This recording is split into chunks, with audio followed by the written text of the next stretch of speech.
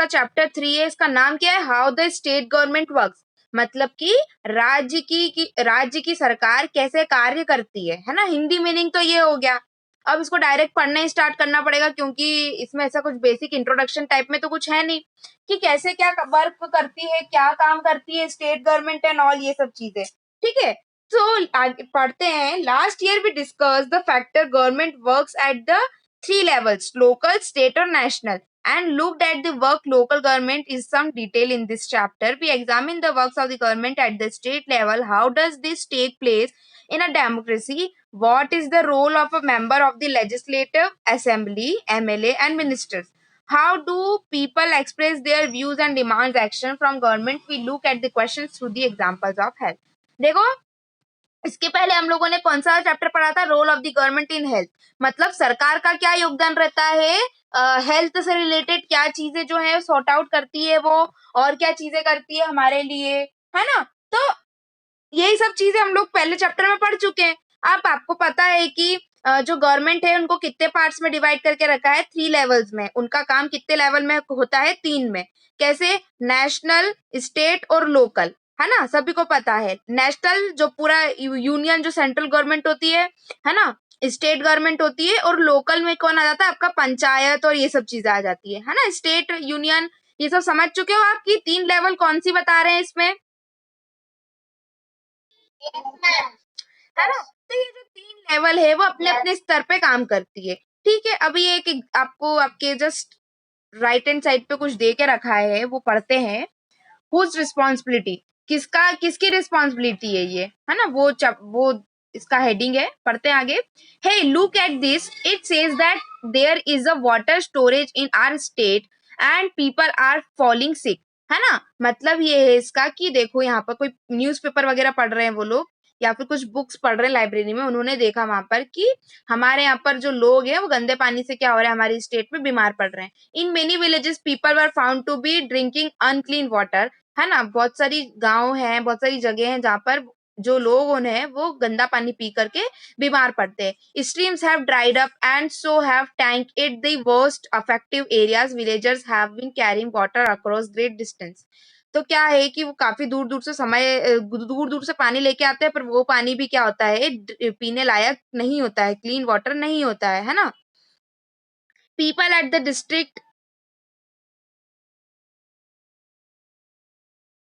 People at the district HQ Patalpuram receives water supply once 3 days. The district hospital there is. तो क्या बता रहे हैं यहाँ पर, people at the district HQ Patalpuram receives water supply once 3 days, है ना। ये एक डिस्ट्रिक्ट है HQ पाटलपुरम, वहां पर 3 दिन में एक बार पानी आता है। ठीक है, the district hospital here is overflowing with patient, a large number of whom are children with acquired diarrhea, है ना। तो पातलपुरम, है ना, तो उस गांव के अंदर 3 दिन में एक बार पानी आ रहा है, और वहां के जो लोग हैं और वो मतलब अधिकतर जो बच्चे हैं वो किस बीमारी से जा रहे हैं, क्या किस वजह से उनकी तबीयत खराब हो रही है, डायरिया। डायरिया समझ में आता है सभी को, लूज मोशन लग जाना। ठीक है, डायरिया वो होता है। तो वहां पर पे बहुत लार्ज नंबर पे चिल्ड्रंस जो हैं वो इस तरीके से बीमार पड़ रहे हैं। तो आगे लिखा है ऑन द टीवी, आगे लिखा है at the TV news they said 10 people have died from the diarrhea. Is that possible? Can one really die from it? Who knows, just hope I got it. देखो, ऐसा था कि उन TV पे उन्होंने न्यूज देखी कि 10 लोग जो हैं डायरिया से मर गए। तो उसने बोला कि क्या डायरिया से कोई मर सकता है क्या, क्या ये पॉसिबल है क्या। फिर आगे देखते हैं। दैट आफ्टरनून, उस दिन की बात ही चल रही है। My mother said not to go to have any icy drink from the market. उन्होंने क्या बोला कि तुम मार्केट जा रहे हो तो तुम क्या वहां से कोई पानी की बोतल खरीद करके मत पीना, है ना। Have any ice drink from the market. She gave one her lectures this morning. You have to be responsible for your health. Shirin, है ना, उसकी मम्मी ने उसको पूरा समझाया इस तरीके से कि तुम जो है पानी मत पीना बाहर, सडनली उनको पुलिस वालों ने रोका और उनसे पूछा, the road is block due to the rally they have gate the एमएलए's रेसिडेंस। है ना, क्या हुआ, उन लोगों को रोक लिया। जैसे आप लोगों ने देखा ही होगा, कई बार रैलियां निकलती है, कई बार एमएलए's निकलते हैं, कई बार बहुत सारी चीजें होती है। तो क्या होता है, जो सिटी जो भी वहां के निकलने वाले लोग रहते हैं, उन लोगों को क्या कर दिया जाता है, रोक दिया जाता है कि अब अभी आप यहाँ से आगे नहीं जा सकते हो, है ना। Really, why has he done something? Haha. They seem more angry about what he hasn't done. And we demand that the authority take immediate action to bring the people health situation under control. Our MLA must take the responsibility for it. है ना, तो लोगों ने क्या बोला कि उनकी demand थी कि ये जो चीजें हो रही है जिसके कारण लोग मर रहे हैं, वो किसको देखना चाहिए, एमएलए को इसके लिए कुछ एक्शन लेना चाहिए, है ना। What a loud voice he has. He must a leader or something. Sure, I saw him on TV too. He is a member of opposition. है ना। तो क्या हुआ, उनने बोला कितनी तेज आवाज है, वो दोनों एक दूसरे से बात करती हैं, फिर बोलती है कि कितनी तेज आवाज है इसकी, लगता है ये कोई एमएलए है या एमएलए है। तो उनने बोला कि नहीं, ये एमएलए नहीं है, ये अपोजिशन का मेंबर है ना। फिर आगे पढ़ते हैं, एमएलए क्या है। अच्छा, चलो आपको इस कहानी से समझ में तो यही आया ना कि क्या किससे डिमांड कर रहे हैं। अगर उस एरिया में कुछ गंदगी हो रही है, उस एरिया में कुछ ठीक नहीं है, तो डिमांड किससे हो रही है, एमएलए से, कि कौन सही करेगा वो चीज, एमएलए सही करेगा, है ना। व्हाट इज एन एमएलए, अब एमएलए है क्या। तो in the above section you have read about some events in Patalpuram. You may be familiar with some official names of the collector, medical officers, etc. But have you heard on a MLA and legislative assembly? Do you know the MLA of your of your area? You can identify which party she or he belongs to. Members of the legislative assembly, MLAs, are elected by the people. तो देखो क्या होता है, आपने जैसे ये पातलपुरम का देखा, यहाँ पर वो लोग बोल रहे कि एमएलए को सब चीजें ध्यान रखनी चाहिए, ये रिस्पॉन्सिबिलिटी किसको लेनी चाहिए, एमएलए को, कि यहाँ पर लोग बीमार पड़ रहे हैं, तो इस चीज को कौन खत्म करेगा, एमएलए इस चीज का कोई ना कोई सोल्यूशन निकालेगा, है ना। तो क्या आप लोग एमएलए जानते हो, या आपको पता है आपकी एरिया का एमएलए कौन है। तो जो भी पार्टी इस टाइम पे रूल कर रही होगी, गवर्न कर रही होगी, ये उसी पार्टी में से कोई एमएलए बनता है उस एरिया का, ठीक है। और ये एमएलए कैसे बनता है, लोगों के द्वारा ही बनता है ना, लोग चूज करते हैं एमएलए को, ठीक है। In this way we see that the MLA represent people, the example below the help of understanding this better. तो आप लोगों को इस हिसाब से समझ में आई क्या हो कि एमएलए कौन है, एमएलए वही है जो किसको रिप्रेजेंट करेगा, पीपल्स को रिप्रेजेंट करेगा, है ना। हर स्टेट के पास में खुद का एमएलए होता है, ठीक है।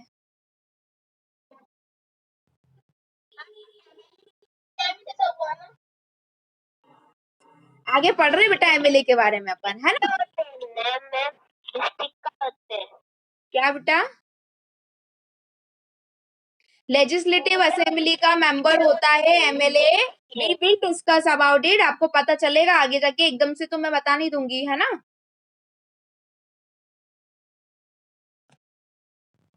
बाकी जिसने भी क्वेश्चन किया था सही बोला था उसने, ठीक है। तो आगे पढ़ते हैं, every state India has legislative assembly, each state is divided into different areas, constituencies. For example, look at the map below. It shows that the state of Himachal Pradesh is divided into 68 assembly constituencies. From each constituency, the people elect one representative with them become a members of the legislative assembly, MLA. You would have noticed that people stand elections and name different parties. MLAs therefore belong to the different political parties.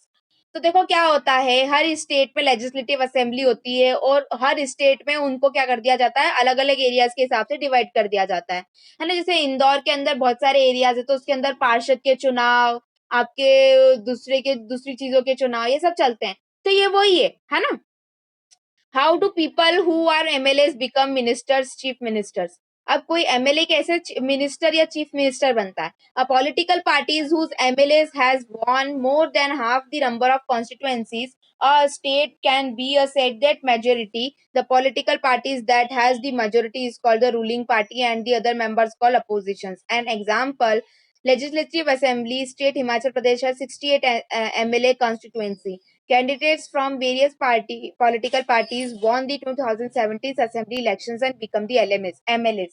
तो देखो क्या है, simple सा फंडा ये है यहाँ पर का कि एक अगर आपकी, चलो इंदौर के अंदर भी बहुत सारी जगह होंगी, है ना, बहुत सारे एरियाज है, पिपलियाना हो गया, हमारा हमारा तिलक नगर हो गया, हमारा दूसरी जगह का हो गया, है ना, तो वो लोग वहां पर फिर क्या करते हैं, अपने चुनाव लड़ते हैं, और जो ज्यादा नंबर की, ज्यादा मेजोरिटी, मतलब ज्यादा, जैसे इंदौर के अंदर उसने बहुत सारी जगह पे इंदौर के अंदर उसका होगा नाम, है ना, पर ऐसा होता है ना कि जिस एरिया में जिसको ज्यादा वोट दिया गया है वो उस एरिया पे क्या करेगा, रूल करेगा, गवर्न करेगा, है ना। तो जैसे हम एग्जांपल ले लेते हैं, तिलक नगर में कोई भी एक अथर्व या अथर्व अथर्व खड़ा हुआ, है ना, और दूसरी जगह कैलब खड़ा हुआ, दूसरी जगह मतलब बोले तो पिपलियाना में, है ना। तो अब अगर ये खड़े हुए हैं वहां पर पे, तो क्या होगा, मतलब ऐसे पिपलियाना और ऐसे कोई पर्टिकुलर उसकी बात नहीं बता रही, पूरे इंदौर में दो लोग जो है खड़े हुए, है ना, अपोजिशन पार्टी से, एक जो है वो दूसरी पार्टी का, दूसरा दूसरी पार्टी का है।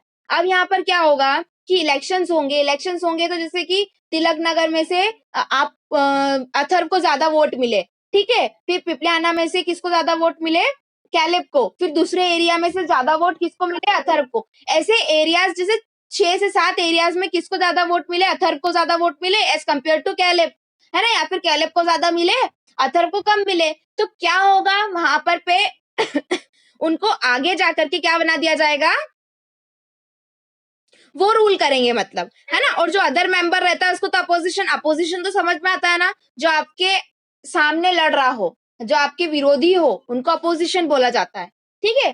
तो ये होता है एमएलए। एमएलए क्या होता है, पॉलिटिकल पार्टी में जो लोग ज्यादा नंबर ऑफ कॉन्स्टिट्यूएंसीज जीतते हैं उनको एमएलए बना दिया जाता है, ठीक है, जो ज्यादा मेजोरिटी में होते हैं ना उनको एमएलए बना दिया जाता है।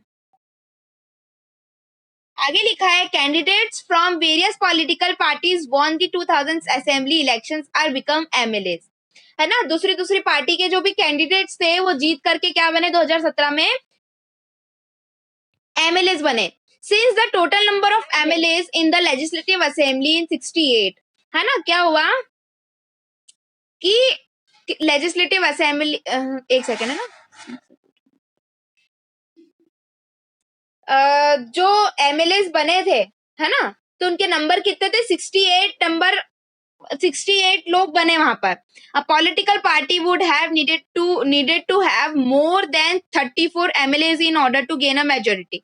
मतलब उन लोगों को क्या चाहिए था, 34 लोग जो थे उनको चाहिए थे ताकि मेजोरिटी में आ जाए, मेजोरिटी में आ जाएंगे तो उनको क्या मिल जाएगा, एमएलए बन जाएंगे वो लोग, है ना। The Bharatiya Janata party BJP with 44 MLA had the majority and it become the ruling party. तो बीजेपी में जो नेता थे उनको कितने लोगों को, मतलब 68 नेता उनते, जिसमें से 44 एमएलए को क्या किया गया, चुना गया, है ना।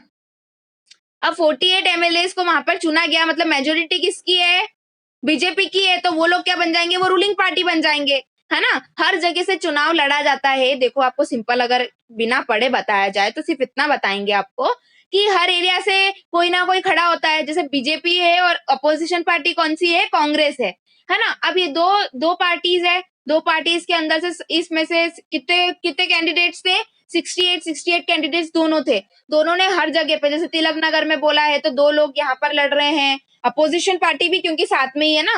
तो अब यहाँ पर से भी मतलब हर पूरे ऑल ओवर एमपी में से देखा जाए तो 44 लोगों को चुना गया एमएलए के उस पे, और मेजोरिटी ज्यादा किसकी थी, मतलब सिर्फ इतना सा है, 24 लोग जो थे वो कांग्रेस के चुने गए थे और 44 लोग किसके चुने गए थे, बीजेपी के। तो रूलिंग पार्टी कौन हुई, बीजेपी हुई ना। फिर उसके बाद है, after the election the MLA belongs to the ruling party will elect their leaders who will become the chief minister. In this case the BJP MLA choose Shri Jairam Thakur as a leader of become the chief minister, है ना। तो chief minister BJP BJP मतलब उसके अंदर ऐसा है क्या,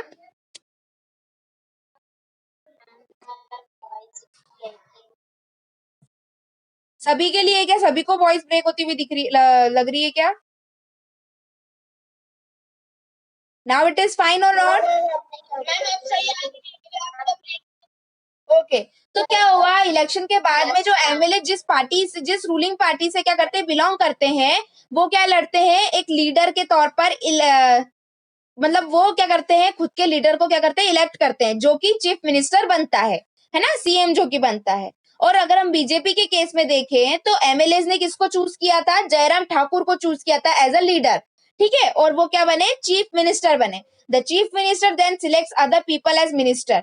फिर चीफ मिनिस्टर क्या करता है, दूसरे लोगों को चुनता है एज अ मिनिस्टर, ठीक है। इलेक्शन के बाद में क्या होता है, it is the governor of the state who appoint the chief minister and other minister. Election के बाद में जो जिनको गवर्न करना रहता है स्टेट को, वो अपॉइंट करते हैं मिनिस्टर्स, मतलब चीफ मिनिस्टर किसको अपॉइंट करता है, मिनिस्टर्स को, ठीक है। पहले एमएलए किसको वो करते हैं, किसको चूज करते हैं, सीएम को, और सीएम किसको चूज करता है, मिनिस्टर्स को, ठीक है। The chief minister and other ministers have the responsibility to running various government department और मिनिस्टर्स, है ना। ये चीफ मिनिस्टर के हाथ में रहता है कि वो उसके हाथ में रिस्पॉन्सिबिलिटीज रहती है कि वो मिनिस्टर और अदर गवर्नमेंट डिपार्टमेंट को कैसे चलाएगा। दे हैव सेपरेट ऑफिसेस, उनके सभी के पास में सेपरेट ऑफिसेस होते हैं। The legislative assembly is a place where all the MLAs, whether from the ruling party or opposition party, meet to discuss various things. Hence, some